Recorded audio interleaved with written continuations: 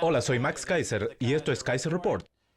Si se enfrenta con un cuchillo a alguien que lleva un arma, lo más probable es que acabe con las tripas afuera, acribillado a tiros en la calle como un perro.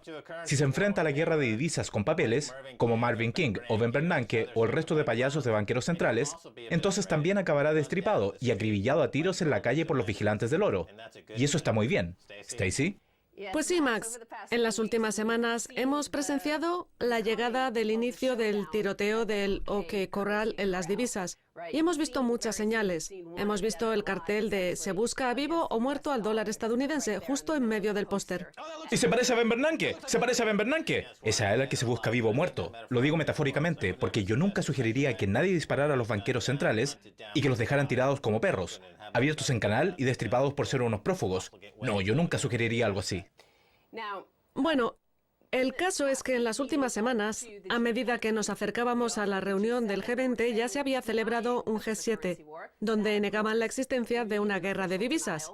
Y solo se necesita una negativa oficial para dar por hecho que eso es cierto. A David Cameron le preguntó un hombre mayor en el turno de preguntas al primer ministro sobre su experiencia respecto a la Gran Depresión, ya que este hombre la había vivido, y le dijo: parece que toda esta flexibilización cuantitativa se está utilizando en realidad para devaluar la libra, como ya lo está el yen japonés o como lo están haciendo en Estados Unidos. Todo el mundo devalúa su divisa. Yo viví la Gran Depresión y la Segunda Guerra Mundial, y todo derivó en una guerra abierta porque todo comenzó con una guerra comercial y luego se convirtió en un conflicto real.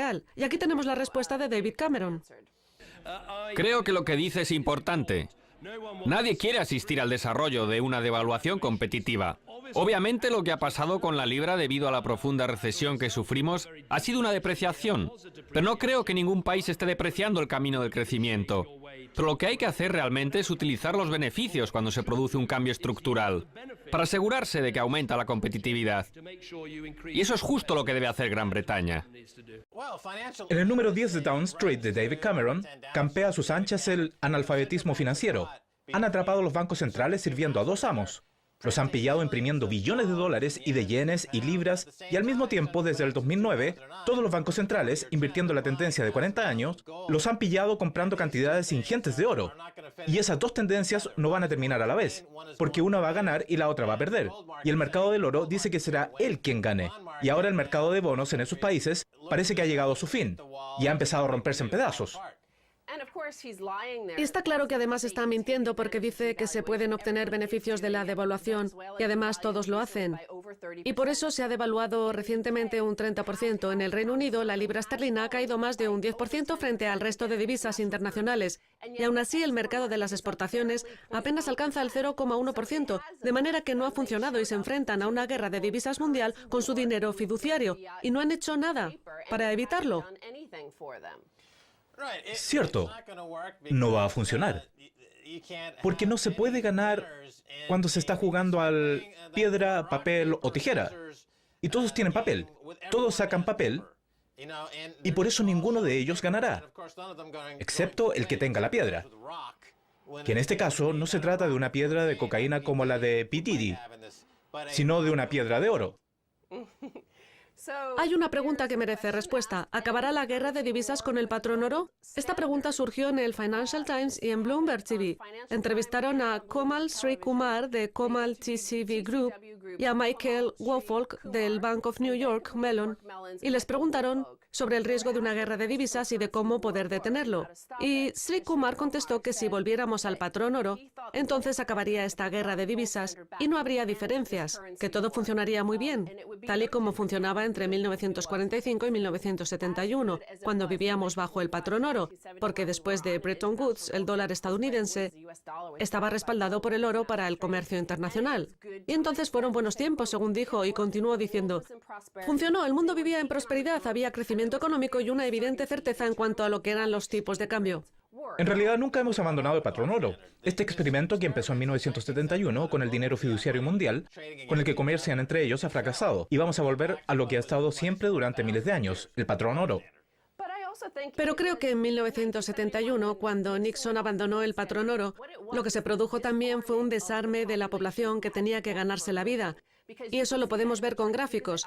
Y creo que deberíamos volver a ver esos gráficos porque ya hemos visto lo que dijo Kumar respecto a que fue una época de prosperidad. Y aún así la propaganda y la clase trabajadora La gente que debe trabajar para ganarse la vida, ellos dicen, no podemos volver al patrón oro. Eso son cosas de los Rothschild, de los Rockefeller y de los ricos y los super mega ricos. Fíjate en este gráfico. Es un gráfico que se remonta a 1945 y nos muestra la línea azul, que es el aumento de la productividad en unidades de mano de obra, y la línea roja, que representa los ingresos de la familia media. Como podemos ver exactamente desde 1971, la familia media perdió poder adquisitivo y todas las ganancias por productividad fueron a parar a los de arriba. No acabaron en los trabajadores y de hecho bajó el salario medio familiar cuando se abandonó el patrón oro porque los desarmaron. Desde que abandonamos el patrón oro, se ha acumulado la riqueza mediante la emisión de deuda y el apalancamiento.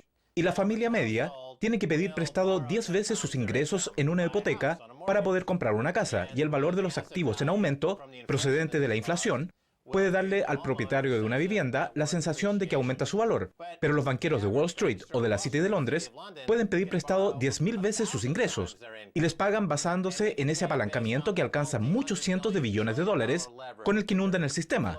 Y en los últimos 20, 30 o 40 años, desde que abandonamos el patrón oro, este proceso ha vaciado la economía para acabar en manos de los banqueros mafiosos, y los pobres desgraciados solo pueden pedir prestado 10 veces sus ingresos y poco más, porque el valor de los activos se ha derrumbado. Y lo que pasa ahora es que los fondos de capital de inversión como BlackRock están adquiriendo todas las propiedades de las familias estadounidenses que acabaron arruinadas durante la demolición controlada de la economía en el 2008. Y ahora esa gente vive como esclavos en su propia casa, pagándoles el alquiler a BlackRock. El tipo que dirige BlackRock, Schwartz, es un terrorista financiero, y por eso aterroriza a la gente en Estados Unidos, que sufre las consecuencias. Pues volviendo al gráfico, perdieron su poder de negociación porque quienes fijaban los parámetros eran los que financiaban la economía. Y son los tipos que poseen el mundo del dinero papel y son los que deciden deshacerse del oro.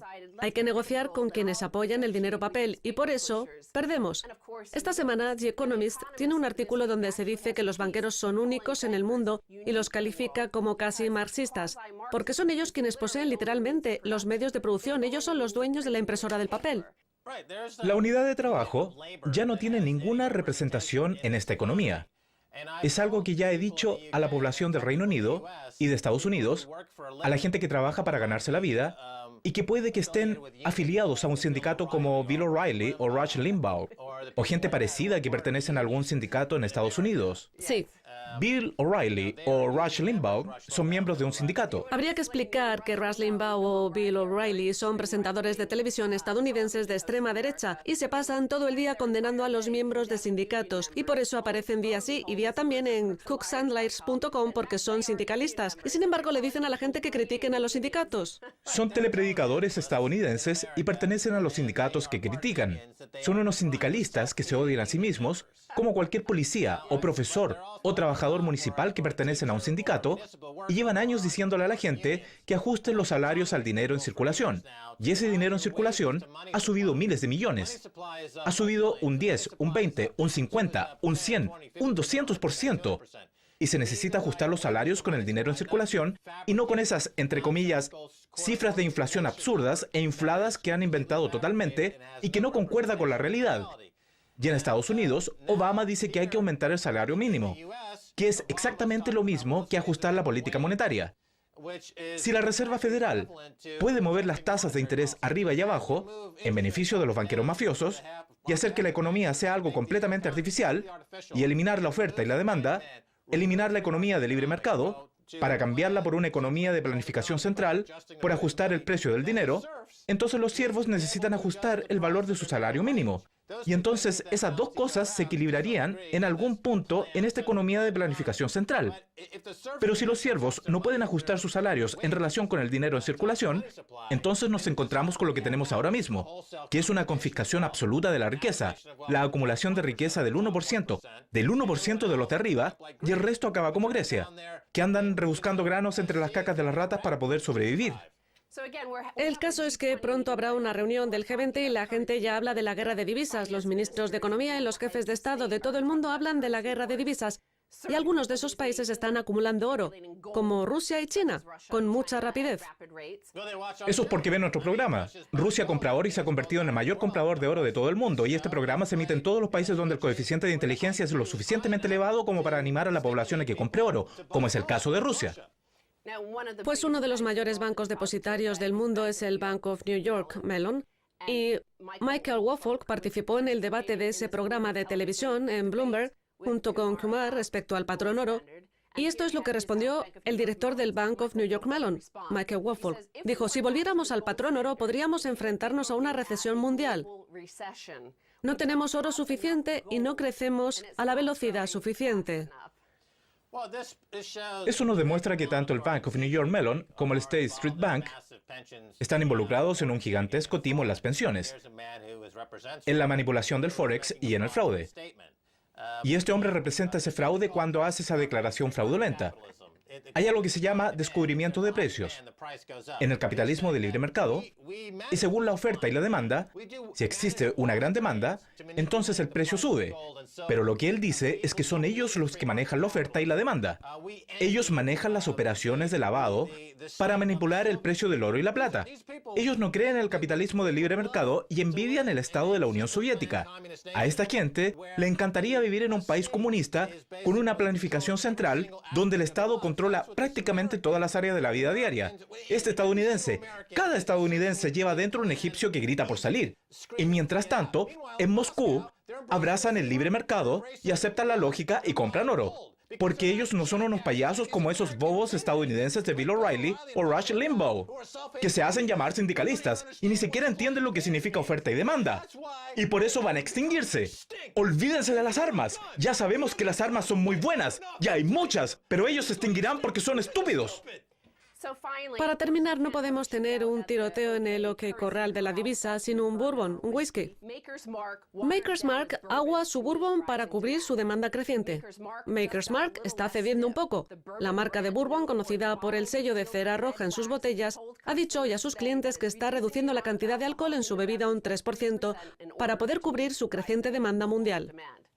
Nuevamente estamos hablando de una inflación oculta, como el escándalo de la carne de caballo del Reino Unido. El precio para producir sus productos ha subido, pero no pueden traspasar ese aumento de precios a sus clientes, de manera que aguan el producto y lo intentan justificar diciendo que existe mucha demanda y que por eso aguan su producto.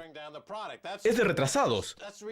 Es algo estúpido, pero la gente sigue sin querer saber por qué no crece la economía y por qué sufren. Y es porque la gente que toma estas decisiones son idiotas funcionales. ¿Se enfrentan con un cuchillo a alguien que lleva un arma? Ay, señor. Bien, Stacey Herbert, muchas gracias por haber venido a Kaiser Report. Gracias a ti, Max. Quédense con nosotros.